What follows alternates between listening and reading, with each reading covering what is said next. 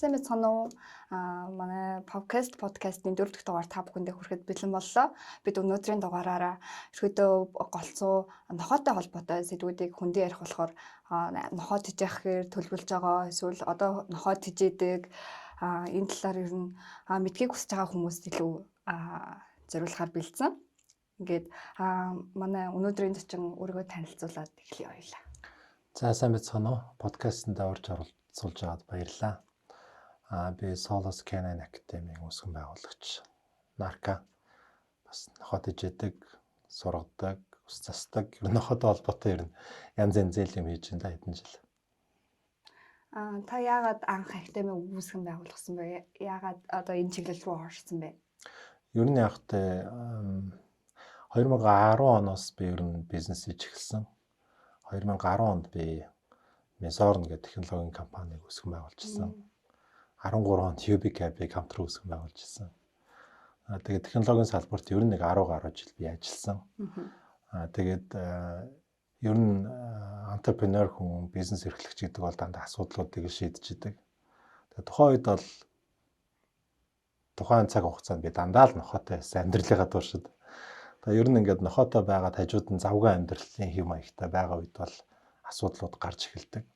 Тэгээ ер нь яг энэ асуудлуудыг бид нэр ингээ яаж шийдэх ёстой вэ? Яагаад Монголд ийм үйлчлэгнүүд байдгүй юм бэ гэдэг бодлоос л анх ер нь Solos Canine Academy гэдэг үйлчлэгийг эхлүүлэхийг бол зорьсон. Яг тухайн үед бол яг нөгөө ер нь нохоогоор ингээ бизнес хийн гэдэг бол нэг хүн амьтны толгоонд бол байхгүй. Яг нохоотой холбоотой үйлчлэгийг бизнес болгоцсон юм одоо зүгээр бараа борлуулахаас өөр юм байхгүй шүү дээ. Тэгээ энэ ингээ бизнес болох уугүй юу гэдэг. Яг тухайн үед бол миний одоо нэг side hustle гэдэгтэй адилхан тийм үндсэн ажлынхаа хажуугаар тодорхой хугацаанд хийдэг ажил байж байгаа. Тэгээд ерөнхийдөө Solos Canine Academy 2021 оноос албач болсон. Тэгээд өөрийнхөө асуудлыг шийдэх гэж хийсэн гэсэн үг. Надад нохоонууд байсан. Би нохоонуудаа баталгаатай газар үлдээх надад газар олдохгүй байсан. Эвтэйгэн сайн угааж өгдөг газар байхгүй байсан. Ямар нэгэн асуудал гарахад надад зөвлөх газар байхгүй байсан тийм. Тэгээ яг энэ асуудлууд бол адилхан давтагдах юм байна бус хүмүүс төр. Тэгээ ер нь энийг тэгээд нөгөө тухайд бол бас явахтай бас нэг 10-аад жил нохоод ижидсэн хүн чинь бас Solos Canine Academy байгуулагдаагүй байхад ч гэсэндээ ерөнхийдөө би онлайн орчин группуудад бол идэвхтэй. Тентгийн админ, модератор гэл тэ. Тэгээ хүмүүс туслах дуртай байсан л да. Тэгээ нөгөө манай Solos Canine Academy гэдэг нөгөө өгсөн нэр маань ч гэсэндээ яг тийм яг одоо шил яг Solos өдөр өнжүүлэх биш байгаа зү тэ. Академи гэдэг маань өөрөө ер нь яг хүмүүсийн боловсрол чиглэсэн. Ганц нохоо сурах гэдэг юм биш. Миний зорилго бол хүсэл бол тийм, сонирхолч гэсэндээ тийм. Ер нь ингээд эцдүүдийг боловсруулах те. Эцдүүдэд яаж тусалснараа бид нар ингээд бусад одоо энэ гэрэн дэжээр амьтдад тусалж болох вэ гэдэг санаа л өргүүлж явж байгаа. Тэгээ академи гэдэг маань өнөөдөр ч гэсэндээ яг анх үүсгэн байгуулагчсан тэр одоо зорилгынхаа хүрээнд л үйл ажиллагаа явуулж байгаа. Аль болох эцдүүд рүү хүмүүс рүү чиглэсэн. Тэгээ бид нар эцдүүдийг нь боловсруулж чадах юм бол ер нь бол амьтд бол чаргалтай байх юм байна гэдгийг асуудалгүй байх юм байна. Гудамжинд гарахгүй юм байна гэдгийг л ойлгож л байгаа л да. Тэгээ тэрний төлөө л явж байгаа. Тэгэхээр ер нь бол өөрийнхөө асуудлыг шийдэх гээд эргээд тэрнээс одоогоор бусдын маш олон хүний нохооны асуудлыг бас ингэ шийдэх болсон байна. Гэхдээ нохоо гэдэг одоо монголчуудын амьдрал илүү тийм тэжээвэр амтан гэхээс ер нь бол даваад бүр гэр бүлийн гишүүн гэж үзэгддэг болсон байна л да. Ер нь сүүлийн үед тэгж их анзаарэгдэж байна. Гэхдээ нөгөө талаараа ер нь хүмүүс яг нохоотой болсноор ямар өөрчлөлт амьдралд ямар өөрчлөлт гарах юм бэ гэдгийг төлөвлөхгүйгээр ер нь нохоотой болоод байна. Тэрнээс үүдээд одоо нөгөө гудамжинд нохоонууд одоо хаягдах ч юм уу тий одоо эзэд нь нохооныхаа аашаар нь ингээд дасаж чадаагүй ч юм уу тэрийг ингээд сургаж чадаагүй ч юм уу хангалттай цаг зарцуулаагүйгээс болоод эргээд нийгэмд асуудал гарч байна л та. Энтэй холбоотойгоор ер нь бол нохоотой болохоор шийдэхээс өмнө хүмүүс хамгийн түрүүнд юу бодож ингээд төлөвлөсөн байх хэрэгтэй юм бэ? Тандал дээр.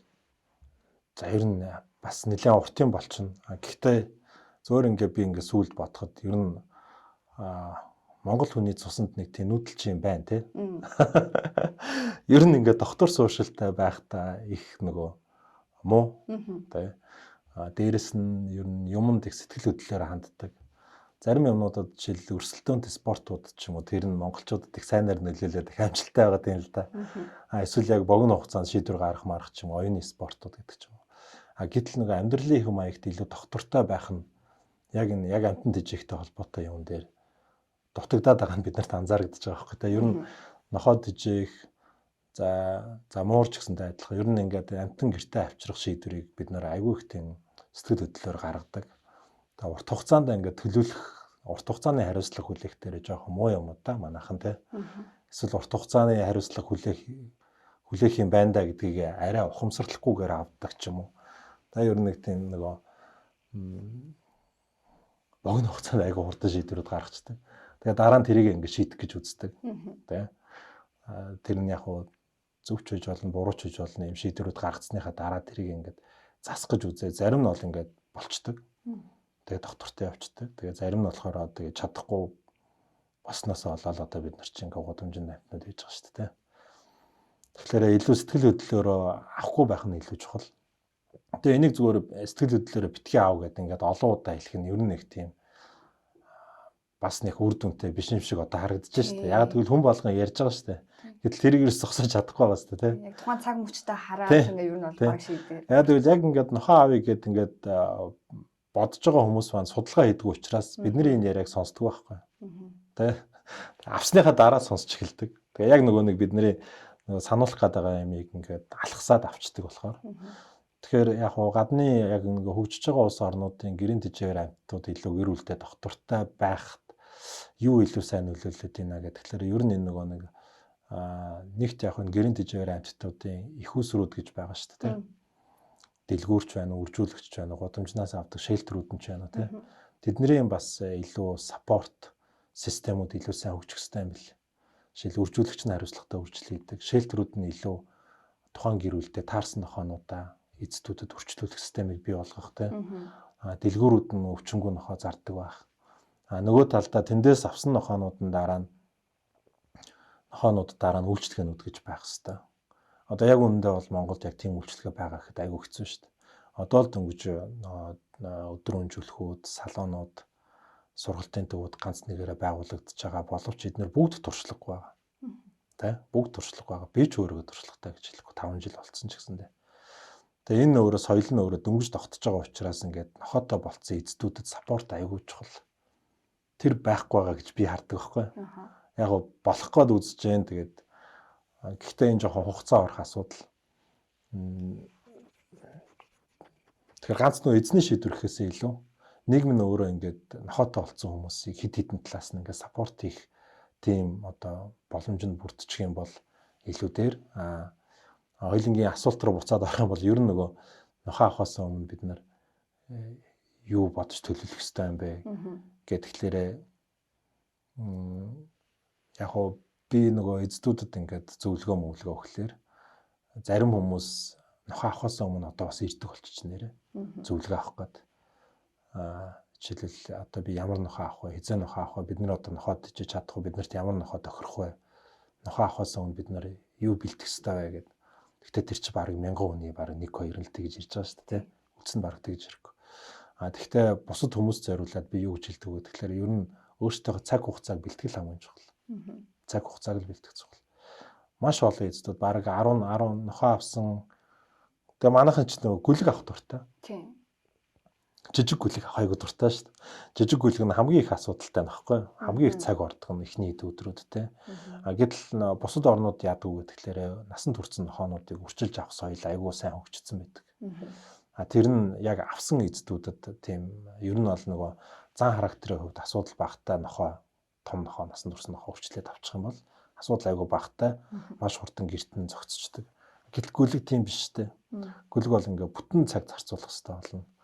Тэгээд тийм болохоор нэг гүлэг бол амар тийм зардал мардал гэхээсээ илүү бидний гарах ёстой зардал бол цагийн зардал байдаг. Тэгэхээр цагаа сайн төлөвлөх ёстой. Хин хизээ яаж цаг гаргах уу те. Цаг төлөвлөж чадахгүйгээс ер нь гүлэгний эхний 2 сарын бүх асуудлууд тэгээ баг тэр гүлэг гэртээ үлдэхүүгүй юу чи баг эхний 14 хоногт шийдэгдэж байгаа шүү дээ. Тэгэхээр ер нь бол хүмүүс нэг зураг бичлэг одоо үзээд ч юм уу одоо интернетээр айгүй одоо хөөрхөн бичлэгүүд тэгээд бүр инфлюенсер нохоо морнод хүртэл гарч ирдэг болсон байна шүү дээ одоо. Тэрнийг одоо бичлэг үзээд яг танах шиг муунтай болъё, яг танах шиг нохоотой болъё гэл Одоо ямар үйлдвэрийнх юм бэ? Яасан ингээл одоо хүмүүсээс эзнээс мэдээлэл аваад тэгэл тэрийг ингээ хайгаад өгчдөг. Тэгээд ер нь монголчуудын нэг соёл тийм шүү. Даган дуурайх. Тийм. Даган дуурайх дуртай. Хувцсан дээр брэнд ч гэсэндээ тий юмыг хурдан тренд болгодог. Шинэ ямар нэгэн шинэ кино үзэр гарлаа гэхэд тэрийг заавал үздэг гэж юм уу тий. За ингээд догтлоод ингээд одоо гүлэг ер нь ингээ авчлаа. Үүдээ тухайн цаг үед ингээл ямар хөөрхөн юм бэ ингээ авч байгаа ч гэсэн ер нь эхний 7 хоногт ер нь шинээр нохотой болж байгаа үед юу хамгийн тийм чухал байд юм бэ? Одоо ямар дадлыг хамгийн түрүүнд заах хэвтэй, эхлээд яг юунаас эхлэх хэвтэй энэ тал дээр та. Яг хөө гүлгийг нөгөө яг хэдэн настай, хэдэн хоногтой, хэдэн сартай авч байгаа нь айгүй чухал. Тэгээд тухайн гүлгний боожлтын нөгөө нэг нас болгонд гүлгэнд шаардлагатай юмнууд гэж байдаг.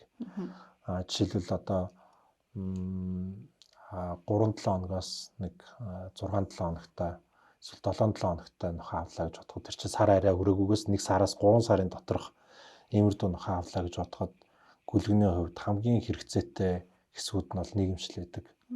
Гэтэл бидний хамгийн буруу ойлгодог, хамгийн том алдаа гаргадаг хэсгүүд бол 1-3 сартай жижиг гүлэг авангуудаа вакцины дуустал би одоо гарахгүй гэд гэртээ орчдөг асуудал.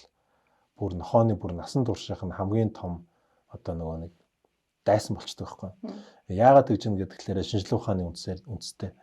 Яагаад гэж юм гэдгээр гүлгэний төрөөд 1-3 сарын хугацаа бол нийгэмшлийн хамгийн зөв суурь тавигддаг жижигхэн цонх байхгүй. Тэр жижигхэн хугацаа тийм. Бид нар тэрийг нийгэмшүүлж чадахгүйгээр буюу нийгэмшүүлнэ гэдэг чинь бид нар нохоотой тоглуулна гэсэн үг шүү дээ. Нийгэмшил гэдэг нь бол ер нь бол хороотой танилцуулна гэсэн үг шүү дээ. Гадаагаар нь янз бүрийн гадаргууд дээр гიშгүүлэн дуучмын тасган тийм. Янз бүрийн орчинд яана хүзөвч зөвлөж үзнэ, гадаа шийдлэж сургана, хүн амьтантай харьцуулж сургана, биендээ хүргэж сургана гэлтэй маш олон тухайн тухайн амьдралынхын туршид одоо тохиолдож болох зүйлстэй урьдчилан танилцуулж байгаа гэсэн үг. За яагаад 1-3 сартай вэ? Би яагаад вакцины дуусгачаад гаргаж болохгүй гэж тийм. Вакцины дуусгачаа гаргах бол манай нохой өвд хэрслээс баг үсттэй гэж хүмүүс асуусан шүү дээ тийм. Зарим эмнэлгүүд бүр ингэж зөвлөдөг. Вакцины дуусааг байхад битгий гаргаарай тийм. Тэр тийм биш байхгүй айгу буруу би таарлцсан юм ч болгондоо биддэг гэж хэлж байгаа гэдэг. Яагаад гэхээр 1-3 сартай гүлгэний тархины хөгжлийнх нь яг үе шат нь болохоор одоо ингээд юугаар бодох юм бол тархиар бодох юм бол нөгөө ямар ч зураасгүй юм биш таахгүй тархи нь хөрхий те зураас нь ямар ч тийм нөгөө юу байхгүй үрчлээ байхгүй те өөрөөр ямар ч мэдээлэл байхгүй шүү дээ. Ямар ч мэдээлэл байхгүй үедээ жижиг гүлэг хүүхд ч гэсэндээ адилхан ямар нэгэн мэдээлэл гаднаас авахлаарэ тэрийг эргээр хүлээж авдаг. Жишээл гадаа ингэж явж байгаад те машины дуу сонсох юм бол тэр энэ сониуч байдлаар хүлээж авдаг те. Энэ хаанаас гараад байгаа дуу вэ те. Энэ хаанаас гараад байгаа үнэр вэ гэж сониучрахж хүлээж авдаг. 3 сараас дээшээ болохоор нөгөө тархинд чинь ингээд үрчлээд огтоод эхэлж штэ. Тэгэхээр нохоонууд яадаг вэ гэхээр илүү хашралж сониуч байхаа болчлаа штэ. Хашралж айцтай хүлээж авдаг дандаа юмнууд. Яг гэвэл өмнө 1-3 сарын хугацаанд нөгөө мэдж авсан зүйлээс нь ондоо юм гарч иж штэ. Тэнгуут тэрийг айцтай хүлээж авдаг. Тэгэхээр бид нар 3 сар 4 сараас хоошоо юмнуудтай танилцуулж эхлэх нь бүх юмыг ингээд нөгөө эргээр танилцуулахад биднээс илүү эфорт гарна. Илүү хүчин чармайлт гарна гэсэн. Болохгүй юм биш. Гэхдээ хүчин чармайлт гарна. Байгалаар бол бид нар 1-3 сартаа нохоонуудаа бүх юмтай танилцуулчих юм бол дараагийн 10 хэдэн жил бид нар санаа зовох юм байхгүй гэсэн. Тэгэхээр бид нар гүлэгтэй болсон бол эхний 1-3 сар бол гүлэгтэйгээ ажиллах хамгийн чухал сарууд шүү гэдгийг нь ойлгох хэрэгтэй. Тэгнээс жоохон том болохоор нь өвөл дуусгаар, вакцины дуусгаар тий эсвэл бие завтаа болохоор хүүхдийн зуны амралт эхлэхлээр эднэр бол бүгдээрээ дандаа хоцорчж байгаа гэсэн байхгүй. Тэгэхээр ер нь бол эхний яг л эхний 1-3 сард нь ер нь яг аваачаал сургаал бүх юмд хамрагдуулаад явах нь зөв байх нь шүү дээ. Хүмүүс тэрэн дээр их алддаг байх нь. Тийм тэгэхээр хоёлаасаа зөвхөн ингээ нийгэмшлийнхэн талаар ярихад юм байхгүй. Тэгээ дараагийн хүмүүсийн хамгийн гаргадаг том алдаа дөнгөж гэртээ гүлгээ авчираад гаргадаг алдаа бол жижиг гүлгэнд ямар ч нөгөө нэг одоо нөгөө зохион байгуулалт замбраа байхгүйгээр зүгээр ингээ гэртээ авчираад нохоогоо шалан дээр тавиад тэгээ тэр нохоо ингээд гой хүмүүжлэлтэй болоод бүх юма сурчна гэж төсөөлдөг те. Жижиг гүлэг бол өөрөө бид нар дөнгөж хөлд орж байгаа хүүхдтэй адилхан шүү дээ. Хөлд орж байгаа хүүхдийг бид нар олонний дунд авчиад за чи эсвэл олонний дунд ч юм эсвэл одоо ингээ баахын юмнууд өөрсдөө дэлгэж тавьчаа те. За чи бүгдийг өөрөө оролдоод үзчих гээ тавьдгүй шүү дээ те. Бид нар эхлээд хүүхдээ хөтөлж явуулдаг. сайн алхаж суруулна. Алхаад хөтлөөд явж байгаа хоорондоо энэ болно миний охин, энэ болохгүй. За одоо чи энийг барь, энийг буцаага тавьчих гэж зургадаг үстэй. Гүлгэн дээр тэрийг ингээд шууд алхасчихж байгаа байхгүй. Тэ? Шууд нэг сартаа гүлэг юугаач мэдэхгүй байгаа гүлгийг авч тавиад за чи ингээд дуртай юм хий. Тэ? Дарах юм бол би чамайг өртлөөд унтчихна. Тэ? Чи хуцах юм бол би чамд хоолгочихно гэдэг бүх юмыг ингээд нөгөө нохооны дураар болгочдөг нь бидний тухайн цаг үнцтэй арга цагаал нэг тийм хамгийн том асуудал. Тэгэхээр гэртээ авчиж байгаа эхний 7 хоног байхад ер нь хангалттай. Хамгийн эхлээд нохоонд за чи яг хаана унтах хэвтэй юм? Хизээ шээж байх хэвтэй. Хаанаас хоол идэх хэвтэй? Ямар хоол идэх хэвтэй? Гаргадаг цагийн хуваарууд нь юу вэ? Тэ? Хаана очиж шилгэж баалах вэ? За би гүлгтэйгээ яаж харьцах вэ? За зөв юм хийснийг нь яаж ойлгох вэ? Буруу юм хийснийг нь яаж ойлгох вэ? Яг адилхан тэ. Ингээд дөрмүүдийг тогтоогоод, хязгааруудыг нь тогтоогоод журамтай болох хэрэгтэй. Тэгэхгүй хэд их хэрэгчлэг бид нар дандаа хүчдэг.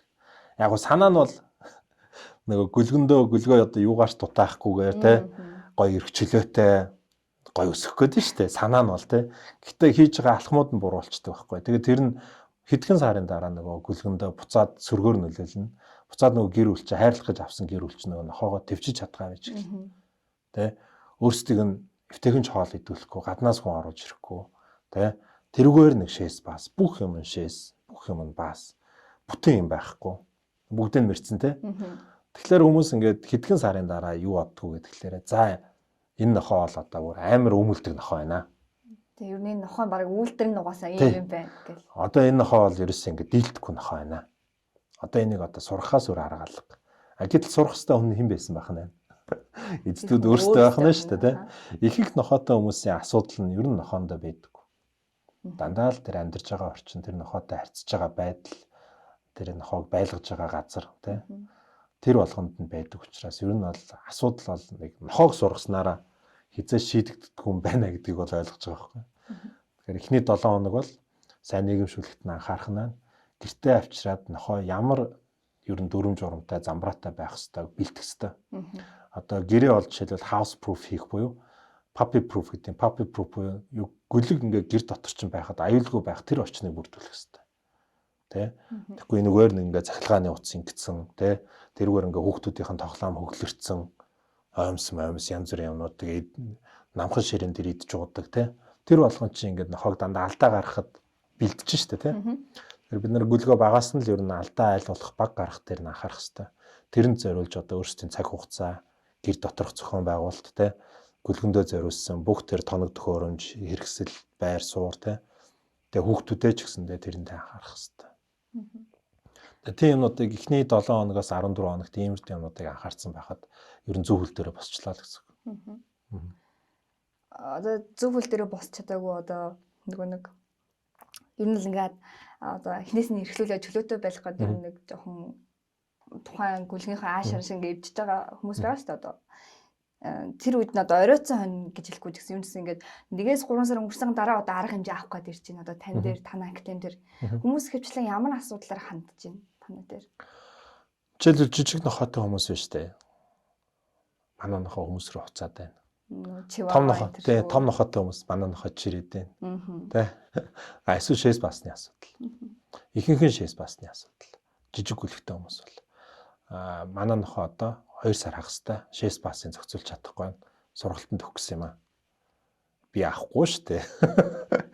Шээс басны асуудлыг шийдэх энэ процесс нь өөрөө та ер нь нохоотой байх хэрэгтэй хүн юм уу гэдгийг шийдэх хэрэгтэй шүү дээ. Тэ?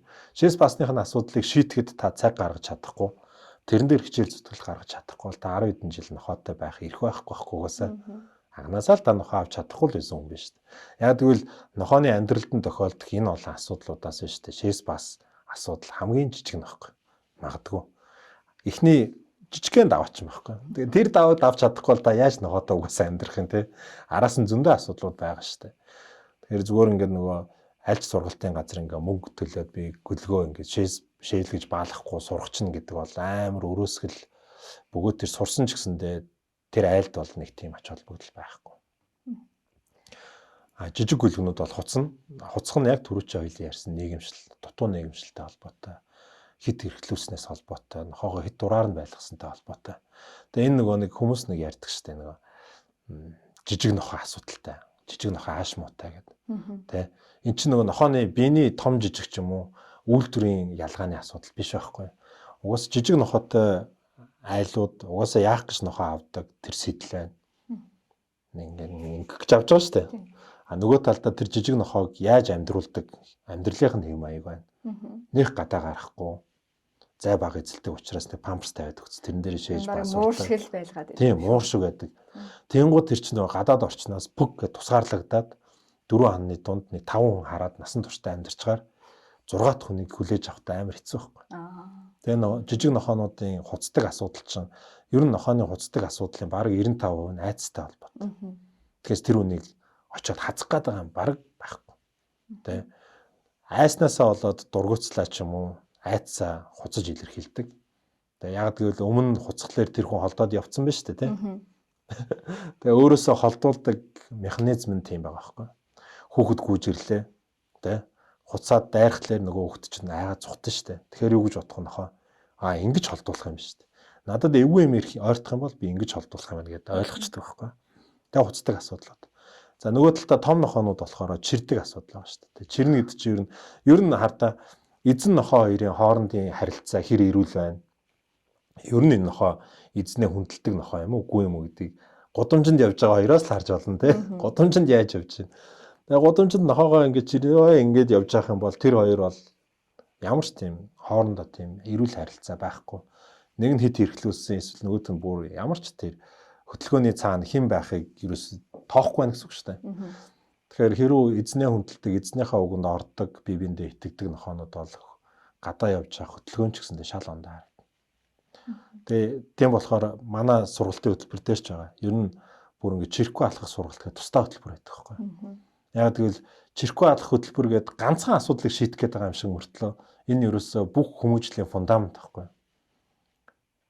Гадаа явж байхдаа гадаа гэдэг чинь өөрөө байхын тийм нөгөө сатаарх амар олон юмуд байж байгаа шүү дээ. Тэнд явж байхдаа эзнээ чиркүү алхахын тулд нохоо ямар скиллүүд эзэмшсэн байх хэрэгтэй болох нь бодоод үзтээ. Эзэндээ анхаарах хэрэгтэй байх нь. Тэрийг тэнд явж байгаа хүмүүсийг нөгөө анзаарахгүйгээр игнор хийх буюу тийм тоохгүй өнгөрөх тийм чадрууд эзэмших хэрэгтэй байх нь. Тэнд хүүхдүүд тоглож гин үү, нохоо шугалдж гин үү те.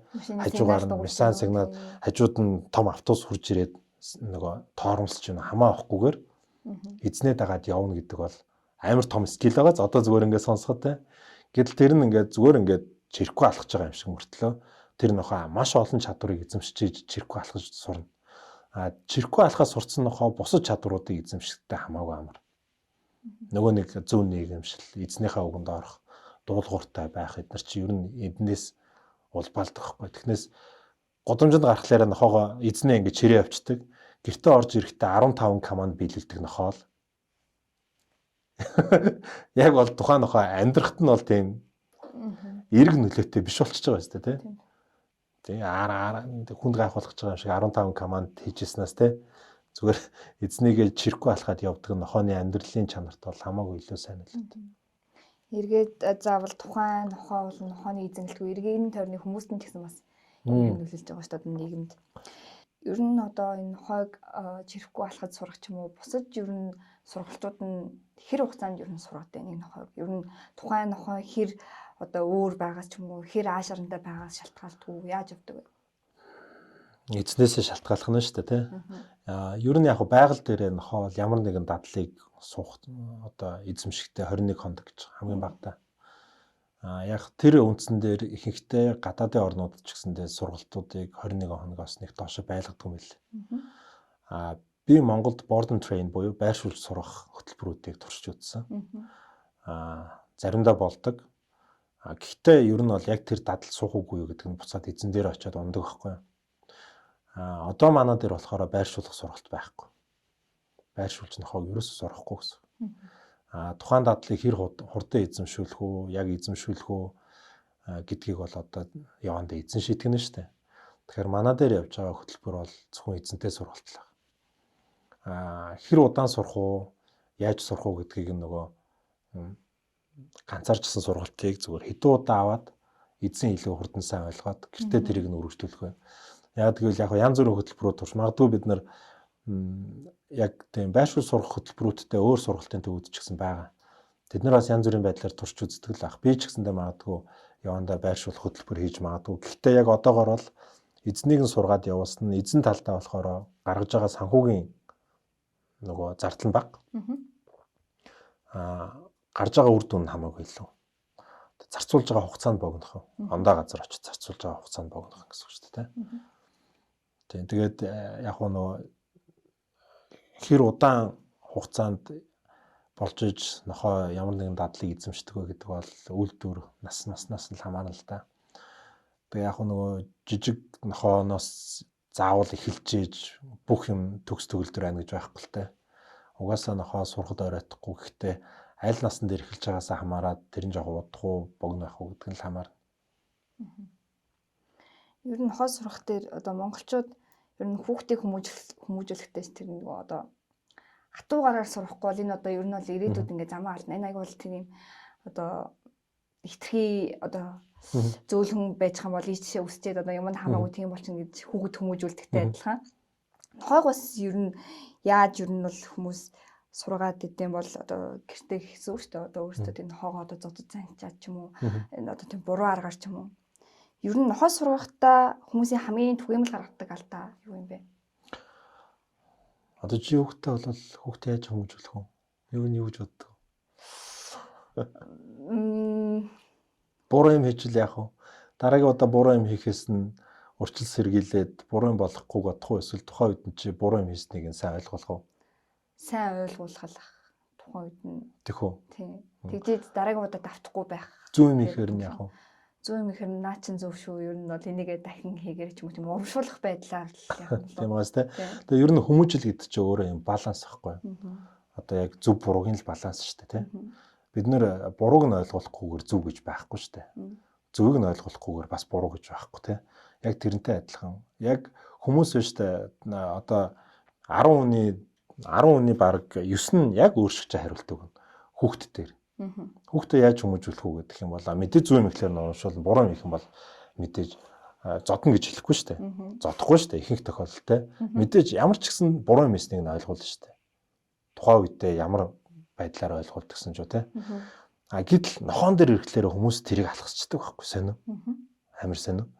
Хүмүүжил гэдэг чинь угаасаа ингээд ийм баланс байж хахад ялангуяа энэ жижиг нохоонууд дээр шийтгэл гэж байхгүй заяа. Шийтгэл гэж байхгүйгээс гадна бүр урамшуулалт гэж байхгүй бараг л.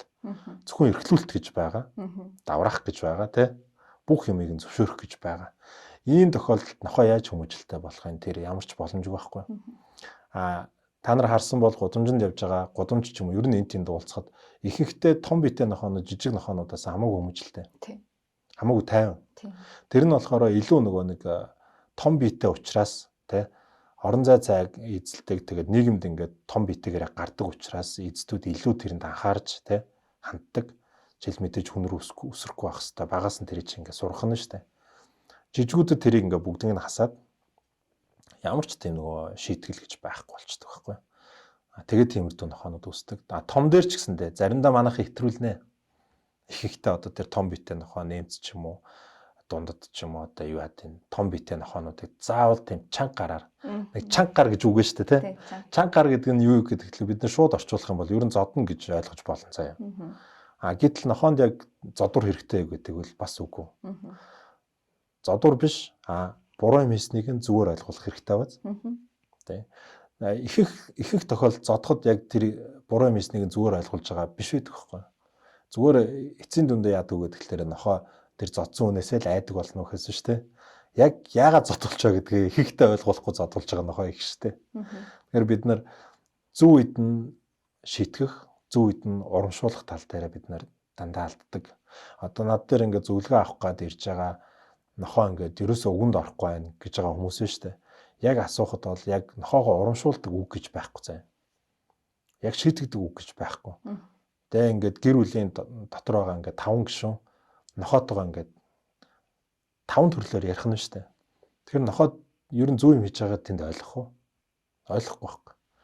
Тэгэхээр ер нь ингээд нохоотой яг харилцаан дээр хар цагааныг бий болох аягүй чухал.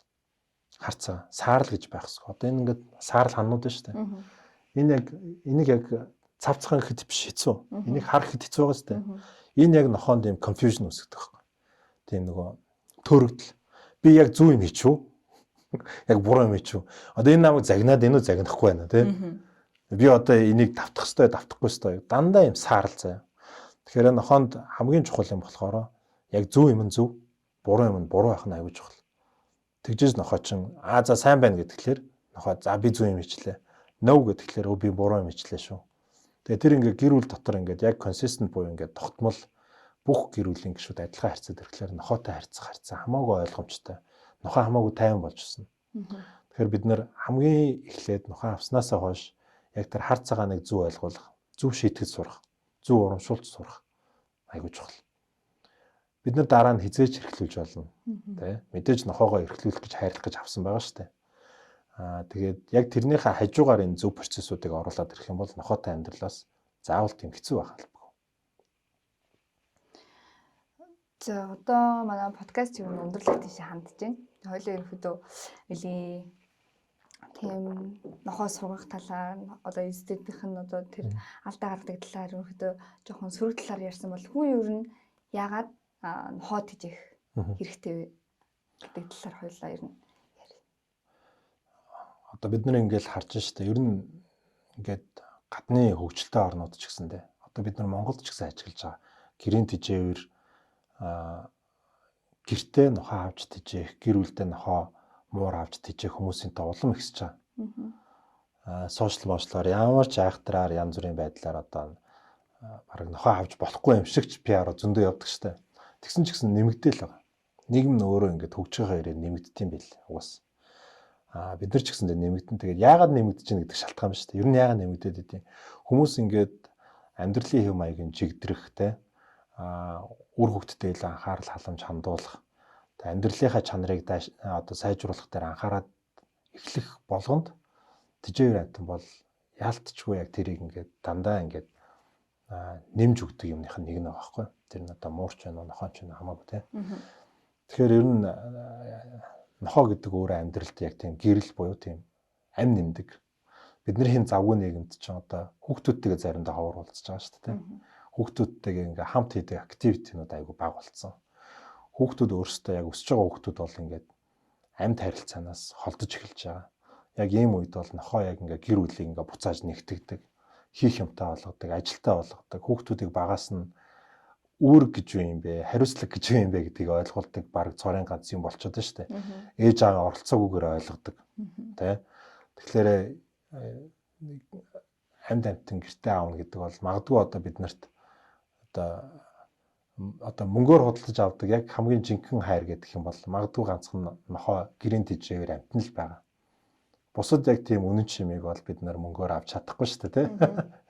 Эсвэл эд бараа ч юм уу тийм юмар хизээч бид нар орлуулж чадахгүй. Тэгэхээр ялангуяа энэ хүүхдүүдтэй айлууд одоо нөгөө тренд болж байгаа нь бол одоо ганц бие хүмүүс эсвэл шинэ хосууд тий. Бүгдээрээ яг бид нар ингээд ийм commitment гаргаж чадах юм уу? Бид нар яг хариуцлагатай байж чадах юм уу урт хугацаанд гэдэг дээр гэрийн тижээвэр амтнуудыг айгүй их одоо авч тижээдэг болцсон. Тэр нь одоо ингээд зүгээр нэг тижээвэр амтын гэхээсээ илүү ялангуяа нохооны хувьд бол нөгөө айгүй том орон зай эзэлдэг. Муур арай ондоо. Гэгэлчих юм бол одоо мууртай хүмүүс уурлах байх та. Яг гэвэл муур өөрөө бие даасан амтан байхгүй юу? Нохоо өөрөө бие даасан амтан биш байхгүй юу? Хүнээс хамааралтай амтан байхгүй юу? Хүн дагаж амьдардаг. Хүний зааварчилгаа дандаа хүлээж идэг. Тэгэхээр нөгөө нохооны гэр бүлд үзүүлэх импакт нь хамаагүй илүү том. Мэдээж мууранд хайртай хүмүүс байгаа. Муурны үзүүлэх нөлөө байгаа. Гэхдээ нохоо ингээд байнга нөгөө бидний анхаарлыг шаардж идэг байхгүй.